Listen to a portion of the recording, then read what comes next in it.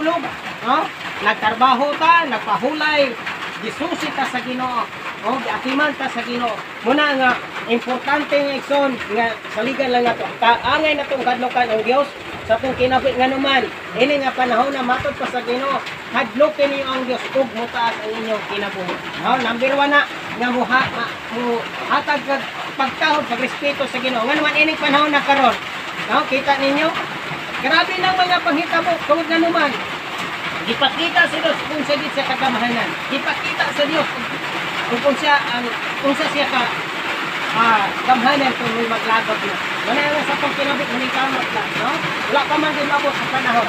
Yata nakatubang sa mga kaliskanan, nakatubang ka sa mga nagpatuman, nag-isulti sa balang kasulatan.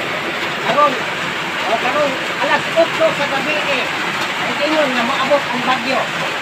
Kini na sinugdanan pa lang ni. Ang kaingon ka,